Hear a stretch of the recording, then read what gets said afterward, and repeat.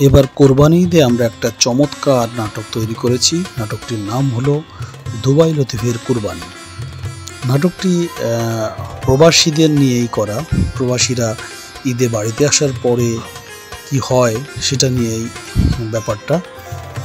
সবাই ভাবে যে তার অনেক টাকা, সে অনেক টাকা নিয়ে এসছে, কিন্তু যখন জানতে পারে যে আসলে সে ওই লেভেলের টাকা নিয়ে আসেনি, তখন তার সাথে সবাই কি ব্যবহার করে, তার পরিণতি কি হয়, সেটা নিয়েই আমাদের গল্পটি দুবাই লতিফের কোরবানি।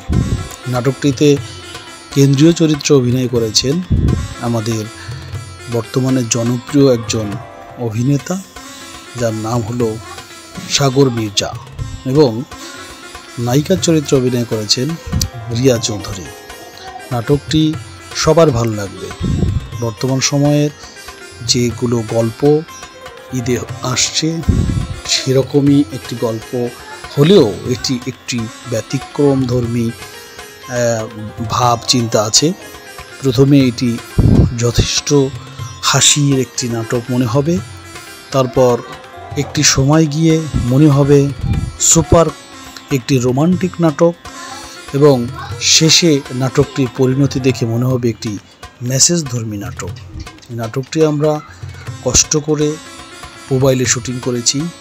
নাটকটি খুবই সুন্দর, আপনারা এটা দেখলে ভালো লাগবে। খুব শীঘ্রই আপনাদের কাছে চলে আসবে দুবাই লতিফের কোরবানি। নাটকটি বেরিয়েছে SN মাল্টিমিডিয়ার ব্যানারে। নাটকটি আপনাদের সবাই দেখবেন এবং SN মাল্টিমিডিয়াকে সাবস্ক্রাইব করে রাখবেন এবং লাইক শেয়ার করে কমেন্টস করে সাথে থাকবেন। এখানে আরও অভিনয় করেছেন যারা, তারা হলেন হায়দার আলী, হাসিমন, ফাতেমা হীরা, সূচনা শিকদার, সেবক কুমার রয়, হুমায়ুন কাবেরী, শেখ চাঁদনী, ঝাজ, আহমেদ রানা, বাবু ও আরও অনেকে। নাটকটির রচনা ও পরিচালনা করেছেন হুমায়ুন কাবেরী।